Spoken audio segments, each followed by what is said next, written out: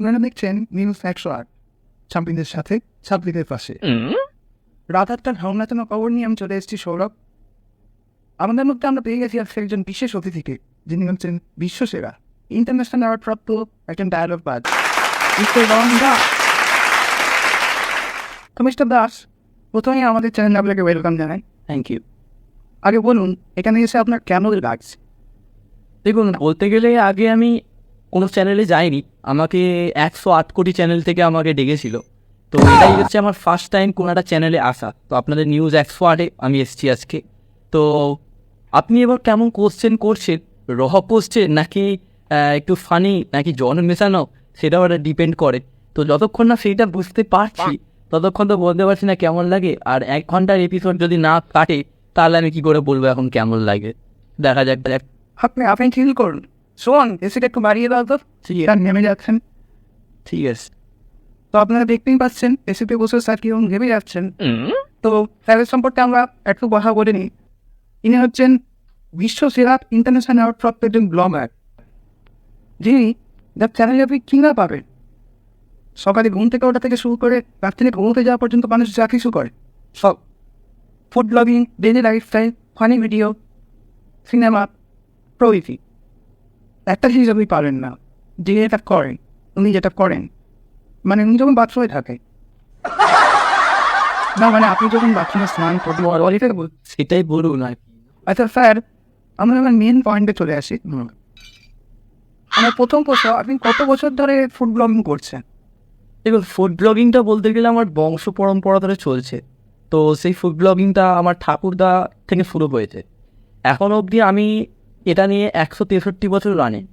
আমার বাবা 108 বছর অবধি করেছে, তারপর সেখান থেকে রিটায়ার নিয়েছে, তারপর থেকে এখন আমি চালাচ্ছি। তো আমার এটা নিয়ে 163 বছর অবধি রানিং চলছে।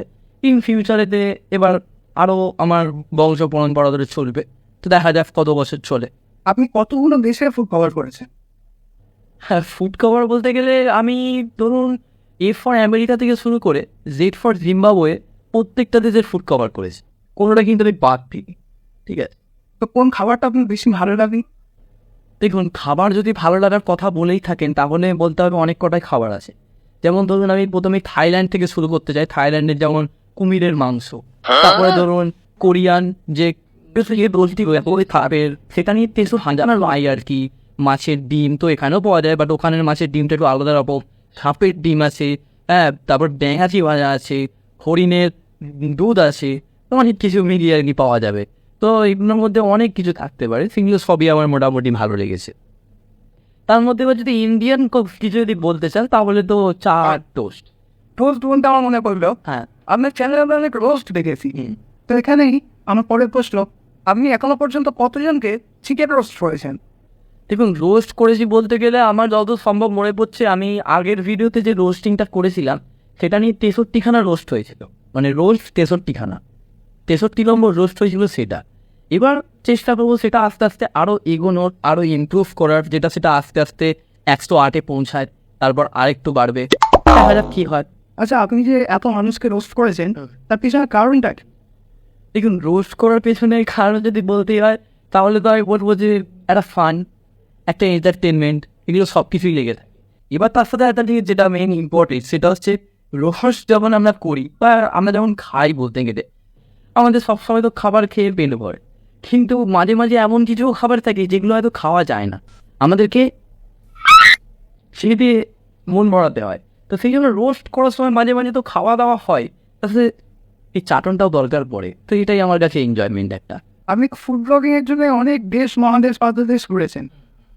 তাহলে আমরা আপনার একটা ভিডিও দেখেছি, একটা জায়গায় আপনি গেছেন, সেখানে মাটিগুলো ভাড়া ভাড়া, সেখানে কিছু অদ্ভুত প্রাণী আমরা দেখেছি, সেখানে আপনি ছাড়া কোনো মানুষ ছিল না। সেই ব্যাপারে যদি কিছু বলেন।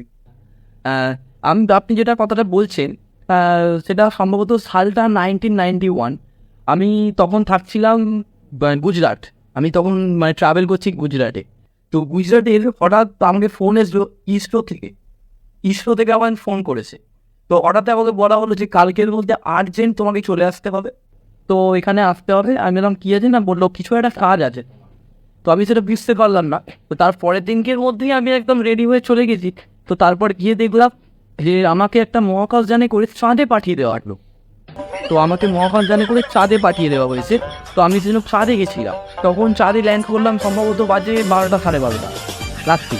তো সেই জন্য ওটা চাঁদের আর যে একটা দৃশ্য যেখানে মাটিগুলো রাখুন, আমার কিছু এলিয়েনদের সাথেও দেখা হয়েছে, সেখানে সেলফি আমি পোস্ট করেছিলাম সেখানে। এই হচ্ছে ব্যাপারটা। এই যে আপনি ট্রাভেল করেন, তো বেশিরভাগ সময় আপনি কোন ভেহিকেল ব্যবহার করেন? ট্রাভেল, দেখুন ট্রাভেল তো অনেক জায়গাতে অনেক রকম করি। এবার কখনো টোটো, অটো, বাস, ট্রাম, মেট্রো, ট্রেন, এগুলো তো কম্পালসারি, এগুলো নিয়ে তো কোনো ব্যাপার নেই, ফ্লাইট রয়েছে।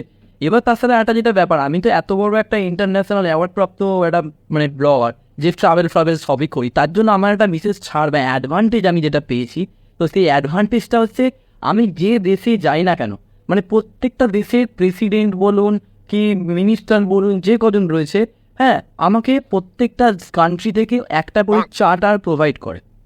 এই ফেসিলিটিটা কিন্তু আমি পাই, এটা কিন্তু আর কেউ পায় না। তো এই ফেসিলিটিটা পাই, তো সেই চার্টার নিয়ে আবার আমাকে সমস্ত জায়গায় ঘুরতে যেতে হয়, ও কোনো ব্যাপার নয়। চার্টার ঠিক টাইমে নিয়ে চলে যায়, আবার রেখে আসেন, আলাদাই ব্যাপার একটা। আচ্ছা, আপনি যে চারিদিকে ঘোরেন, তা খান কি? মানে মানে খান কি? ওদের খাই কি, আচ্ছা খাই কি, যদি এমন বললেন আমি বুঝতে পারি। দেখুন, খাওয়া দাওয়া বলতে গেলে খাওয়া দাওয়া তো সবসময় একইভাবে চলে না, কখনো হয়তো ভাত খাচ্ছি, কখনো রুটি, কখনো হয়তো মাংস, কখনো অন্যান্য কান্ট্রিতে গেলে কুকুরের মাংস, আমাকে অনেক কিছু খেতে হয় এবং আমার খেতে ভালো লাগে যদিও বা। তো কোনো কিছু আমি বাদ দিই না। সে হয়তো রাস্তাঘাটে ধরুন মাঝে সাথে কিছু পাচ্ছি না, একটু দুধ খেয়ে নিলাম গরু, ঠিক আছে, তো এই ব্যাপারগুলো আমার হয়ে থাকে। হ্যাঁ, এবার তার সাথে মিলিয়ে গুছিয়ে চলতে হয়। না, বলতেই হবে আপনি খুব ফানি। আপনার ভিডিওতে অনেক ফানি ভিডিও দেখতে পাইনি, আর হাতে হাতে প্রমাণ দিলাম আপনি কতটা ফানি। আচ্ছা, আপনার যে কমেডিটা, এটা কি ন্যাচারালি আছে না পুরোটাই স্ক্রিপ্টেড? হ্যাঁ, যদি কমেডির কথা বলতে চান তাহলে আমি বলতে চাই দর্শক বন্ধুদেরকে, কমেডি কিন্তু আমি অ্যাকচুয়ালি আমার এই জিনিসটা যে ছোটোবেলা থেকে, কেননা আমি যখন ছোটোবেলায় বিভিন্ন জায়গাতে নাম দিতাম বা বিভিন্ন ডকুমেন্ট সাবমিট করতে হতো, তখন কিন্তু আমাকে আমার জিমেলটা লিখতে হতো। তো আমার জিমেল লেখার পর gmail.com আসতো, আর কমের পরে মানে .com মানে তারপরে আসতো দাস, এবার সেই দাসের ডি আসতো, সেই কমেডি এই কমেডি করতে করতে না আমার লাইফটা যেন কমেডির মতো হয়ে গেছে।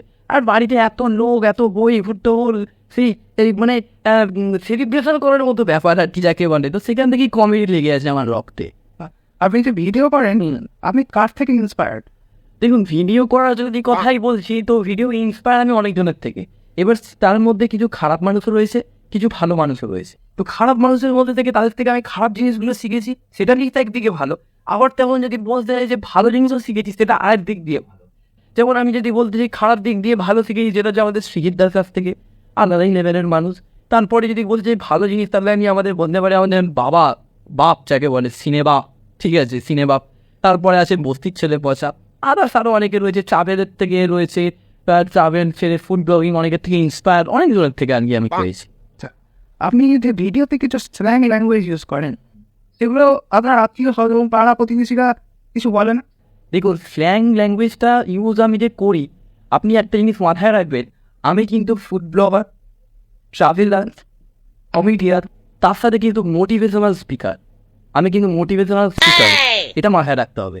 তো আমরা যখন জিনিসগুলোকে খারাপ ভাবে, আসলে কি সেই জিনিসগুলো খারাপ, এটা বন্ধুরা দর্শকদেরকে জানানো উচিত।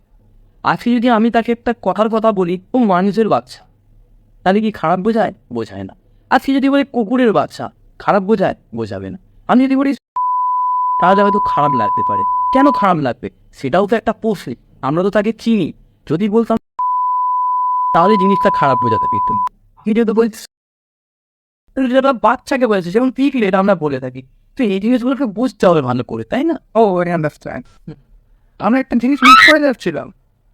আপনি আপনার চ্যানেলে একটা সিনেমা আপলোড করেছেন, তো সিনেমাটা প্রডিউসার আর ডিরেক্টর কারা? আমি একাই হচ্ছি ও সরি, মানে বারোয়ারি। আসলে সবাই ওটা বলে, তো তাই আপনি বলে ফেলে যে ফ্লুয়েন্সিতে। তো আমি একাই হচ্ছি বারোয়ারি, ঠিক আছে। আমাকে সবই করতে দেখেছে, যেমন আপনি দেখছেন এত ভিডিও করছি, এগুলো করতে দেখেছে। তো আমি আমার ভিডিওর মধ্যে সব আমি একাই করি, ডিরেক্টর, প্রডিউসার, স্ক্রিপ্ট রাইটার, তার সাথে কমেডি, সব আমাকে একাই করতে হয়। তো এগুলো আমি একাই বারোয়ারি, ঠিক আছে, এসছে ব্যাপার। আচ্ছা, আপনার চ্যানেলে যেসব নায়িকাদের দেখতে পাওয়া যায়, তারা কি কোনো মডেল? না, মডেল বলতে গেলে মডেল অনেকে হয়, অনেক সিনেমাতে আপনি দেখেছেন, হ্যাঁ, যে অনেক নায়িকাদেরকে তুলে বা অনেক নায়িকারা মডেল তাদেরকে তুলে এনে সিনেমা করায়, কিন্তু আমি ঠিক তার উল্টোটা, আমি মেয়েদেরকে তুলে এনে কিন্তু মডেল বানাই। আর আমার প্রত্যেকটা মেয়ে আপনি খেয়াল করে দেখতে পারেন, হয় শেওড়াফুলি আর না হলে কলকাতা, এই দুটোর জায়গার বাইরে কিন্তু কোনো মেয়ে থাকে। এইটা লক্ষ্য করতে হবে। দর্শক বন্ধুরা তোমরাও কিন্তু সেই জেনে রাখবে ব্যাপারটা। তো আমরা আমাদের ইন্টারভিউর একেবারে শেষ পর্যায়ে এসে পৌঁছেছি। এই এসিটা একটু কমিয়ে দাও, সময় হয়ে এসছে। ঠিক আছে, আচ্ছা, আপনার চ্যানেলে আপনার কি আর কিছু করতে বাকি আছে? দেখুন চ্যানেলে করতে বা কিছু বলতে এখন অনেক কিছু বাকি আছে। কিছু কিছু জিনিস ভিডিও হচ্ছে যেগুলো বাচ্চাদের জন্য করেছি, কিছু ভিডিও আছে যেগুলো তাদের আরেকটু অ্যাডাল্টদের জন্য করেছি, কিছু ভিডিও আছে তাদের বয়স্কদের জন্য করেছি। এগুলো সবই পজিটিভ, কিন্তু এবার আমাকে নেগেটিভগুলো তো ভাবতে হবে, তাই না? যেগুলো আমাদের মতো বাচ্চারা বা ছোটরা যারা সেগুলো দেখে এন্টারটেনমেন্ট নিতে পারে। আমরা তো একটা বয়স পেরিয়ে এসেছি না, সেটাও তো আমাদের ভুললে চলবে না। তো বুঝতেই পারছি না কি বলতে চাইছি। সেগুলো নিয়ে আমার পড়ার কাজ রয়েছে, তবে সেগুলো খুবই প্রাইভেটলি করতে হবে, তো একটু সময় লাগবে। ঠিক আছে, অনেক ধন্যবাদ আমাদের চ্যানেলে আসার জন্য। আপনি ভালো থাকবেন, সুস্থ থাকবেন। আপনারা দেখতে থাকুন আর আমরাও দেখতে থাকি। সঙ্গে থাকুন নিউজ 108, ছাত্রীদের সাথে ছাত্রীদের।